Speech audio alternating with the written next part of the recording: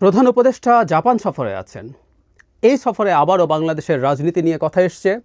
একটা প্রোগ্রামে তিনি আমাদের রাজনীতির প্রেক্ষাপট, সামনের নির্বাচন এবং রাজনৈতিক দলগুলো বিশেষ করে বিএনপিকে নিয়ে কিছু কথা বলেছেন। আমি মনে করি এগুলো আমাদের রাজনৈতিক পরিস্থিতিকে আরও ঘোলাটে করে তুলছে। বিস্তারিত কথা বলবো পরে, কারণ হলো আমি আরেকটু বিস্তারিত তথ্য পেতে চাই, ওনার বক্তব্য বা সব কিছু আরেকটু বিস্তারিত শুনতে চাই। তারপর আশা করি আগামীকাল এই ব্যাপারে আমার টেক জানাবো। তার আগে একটা কথা একটু বলে রাখা দরকার, সেটা হচ্ছে দীর্ঘদিন থেকে আমরা একটা কথা শুনছি, নির্বাচনের তারিখ নিয়ে যখন প্রধান সংঘাত এসে হাজির হয়েছে তখন প্রধান উপদেষ্টা তার কথা রাখবেন, এরকম একটা আলাপ তার জায়গা থেকে তার উপদেষ্টারা বলেছেন। তার প্রেস সচিব বারবার বলার চেষ্টা করছেন, উনি যেহেতু বলেছেন ডিসেম্বর থেকে জুনের মধ্যেই নির্বাচন হবে, সেই কথাটা তিনি রাখবেন, এরকম একটা অ্যাটিটিউড। ডক্টর ইউনূস খুবই সম্মানিত মানুষ, আমাদের কাছেই শুধু না সারা পৃথিবীতে, এতে কোনো সন্দেহের কিছু নাই। কিন্তু তিনি কথা রাখবেন বা রাখবেনই বাংলাদেশের মতো পলিটিক্যাল প্রেক্ষাপটে, এর মধ্যে অনেকগুলো প্রশ্ন আসে। এক হলো তিনি চাইলেই কি পারবেন, আমরা যদি খুবই ইনোসেন্টলি জিজ্ঞেস করি। আর যদি এভাবে বলি, তিনি যদি কথা রাখতে না চান, তিনি কি কোনো প্লট তৈরি করতে পারেন? প্রশ্নটা কেন আসছে আমরা একটা অন্তত উদাহরণ দিই, যেটা আমাদের সাম্প্রতিক সময়ের এবং এটা তার কথা না রাখার একটা প্রমাণও।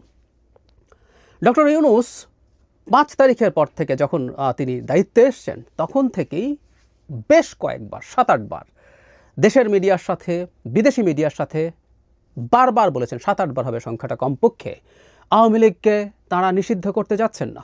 ইনফ্যাক্ট নিষিদ্ধ করার কিছুদিন আগেও তিনি একই কথা বলেছেন। এমনও বলেছেন আওয়ামী লীগ নির্বাচন করবে কিনা সেটা তাদের নিজস্ব সিদ্ধান্ত। কখনো কখনো বলেছেন সেটা নির্বাচন কমিশনের সিদ্ধান্ত, কিন্তু তার সরকার আওয়ামী লীগকে নিষিদ্ধ করবে না ক্যাটাগরিক্যালি তিনি দেশে বিদেশে বিভিন্ন জায়গায় বলে বেরিয়েছেন। তার মানে তার কথা আওয়ামী লীগের প্রতি ছিল, বা দেশের পলিটিক্সের যে জায়গা সেখানে ছিল, তিনি আওয়ামী লীগকে নিষিদ্ধ করতে যাচ্ছেন না, কথাটা এইরকম।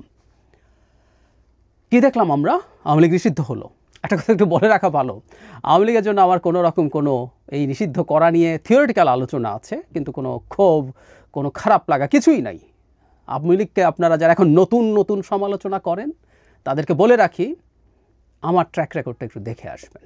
সো আওয়ামী লীগকে ফ্যাসিস্টও বলি না আমি, আপনারা অনেকে বলি যে আওয়ামী লীগকে ফ্যাসিস্ট বলে আপনারা এক ধরনের সম্মান করেন। ফ্যাসিজমের একটা রাজনীতি আছে, কিন্তু আওয়ামী লীগ একটা আউট অ্যান্ড আউট মাফিয়ায় পরিণত হয়েছিল। সেই কারণে বিশেষ করে 18-র পর থেকে আওয়ামী লীগের এটাকে একটা টিপিক্যাল মাফিয়া রেজিম বলি আমি। সুতরাং আওয়ামী লীগ নিষিদ্ধ হওয়া নিয়ে আমার মাথা ব্যথা নাই, কিন্তু করে ফল হবে কিনা, আমরা আওয়ামী লীগকে বেটার ডিল করতে পারতাম কিনা, এটা নিয়ে আমার একটা থিওরিটিক্যাল অবস্থান এবং ডিবেট আছে, সেটা আজকে যাচ্ছি না। তো যাই হোক, যেটা বলছিলাম, ডক্টর ইউনূস বলেছিলেন আওয়ামী লীগ নিষিদ্ধ করা যাবে না, করবেন না তারা। পরবর্তীতে যেটা হলো আমরা সেই ঘটনা জানি, জনাব হাসনাত আবদুল্লাহ গেলেন দলবল নিয়ে, যে এলাকা 144 ধারা আছে, যেখানে কোনো সভা সমাবেশ করা যাবে না, সেই এলাকা নির্বিঘ্নে তো গেলেনই, সর্বশেষ যে নিরাপত্তা বেষ্টনী আমাদের প্রধান উপদেষ্টার বাড়ির, সেটাও তিনি ক্রস করে ফেললেন। তাকে সেটা করতে দেয়া হলো, গেট পর্যন্ত চলে গেলেন। অনেকে এসে যোগ দিল, পরে শাহবাগ গেলেন, সব কিছু ব্লক করে টোরে শেষ পর্যন্ত এই সিদ্ধান্ত বাস্তবায়িত হলো যে আওয়ামী লীগ নিষিদ্ধ হয়েছে। তো তাহলে প্রধান উপদেষ্টা তো তার কথা ধরে রাখতে পারেননি। এই যে তিনি এক কথার মানুষ, তার কথা রাখবেন, তা তো হলো না। একটা আন্দোলনের মুখে ধরে নিলাম তার অনিচ্ছা সত্ত্বেও তাকে তো মানতে হলো। সুতরাং 20 জুনের মধ্যেই নির্বাচন হবে, এমনকি নির্বাচনের একটা তারিখ ঘোষণার পরও আমি সন্দিহান। ধরলাম আমরা ফেব্রুয়ারির মাঝামাঝি, এপ্রিলের দিকে, মানে 2 রমজানের ঈদের পর, ইভেন জুন মাসেই যদি বলি, একটা তারিখ ঘোষিত হলো, তফসিল ঘোষিত হলো, এবং সেই তফসিল পছন্দ হলো না এনসিপি বলল যে সংস্কার ঠিকঠাক মতো হয় নাই, বিচার ঠিকঠাক মতো হয় নাই, আমরা হাসিনাকে এখনও তো ফাঁসির কাষ্ঠে ঝুলতে দেখি নাই, সেটা দেখা তো দূরেই থাকুক, তাকে গ্রেফতারও করা যায়নি, তাহলে কীভাবে নির্বাচন হবে, বা সংস্কার এটা হয় নাই, এটা ছাড়া তো নির্বাচন হতে পারে না, আমরা হতে দেব না। এবং জনাব হাসনাত আবদুল্লাহ সহ নাহিদ ইসলাম, তাদের জন্য অবারিত আছে যমুনার সব নিরাপত্তা বেষ্টনী, তারা গিয়ে হাজির হলেন যমুনায় দলবল নিয়ে। তাদের খুব বেশি দলবল নেই, তারা যদি তাদের সাথে তখন জামায়াতে ইসলামীর একাংশ ইনফর্মালি অথবা কিছু এক্সট্রিম ইসলামিস্ট লোকজনকে একত্র করতে পারেন, তারা গিয়ে ওখানে হাজির হলেন, ব্লক করলেন, শাহবাগ ব্লক করলেন এবং বললেন নির্বাচনের তফসিল পিছিয়ে দিতে হবে। তাহলে কি হবে? ডক্টর ইউনূস কি আওয়ামী লীগের মতো করে, যদি অনিচ্ছা থাকেও তারপরও মেনে নিতে পারেন? আচ্ছা ঠিক আছে, পিছিয়ে দিলাম। আমি তো চাই নাই, আমি তো নির্বাচনটা এর মধ্যেই করতে চেয়েছিলাম, কিন্তু পরিস্থিতি এখন ওই দিকে নিয়ে গেছে।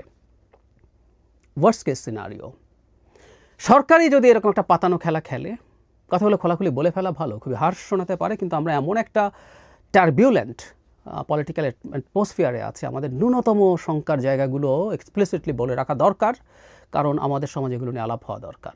যেটা বলছিলাম যে তিনি বা সরকার মনে করলেন নির্বাচন পিছিয়ে দেওয়া দরকার, একটা ডেট যেহেতু কথা দিয়েছিলাম ঘোষণা করলাম, এবং তাদের যে দল, এনসিপি সরকারের দল, ডক্টর ইউনূসের দল, বহুদিন থেকে, বেশ কিছুদিন থেকে অন্তত খোলাখুলি বলছি, তাদেরকে দিয়ে এরকম একটা নাটক তৈরি হলো, একটা পাতানো খেলা তৈরি হলো, এবং নির্বাচন পিছিয়ে গেল। আমাদের সতর্ক হওয়া দরকার আছে। আমি ডক্টর ইউনূস অন্তত যে লাইনে হাঁটছেন, আমি যে কোনো কিছু সম্ভব বলে মনে করি। আর শুরু করেছিলাম যেটা দিয়ে, সেটা হচ্ছে টোকিওতে তিনি এই সাম্প্রতিক যে পরিস্থিতি, সেই উত্তেজনা আরও বাড়িয়ে তোলার মতো কথাবার্তা বলেছেন। তিনি অনেক বেশি হার্ড লাইনে যাচ্ছেন, সেটা নিয়েও আশা করি আগামীকাল কথা বলবো।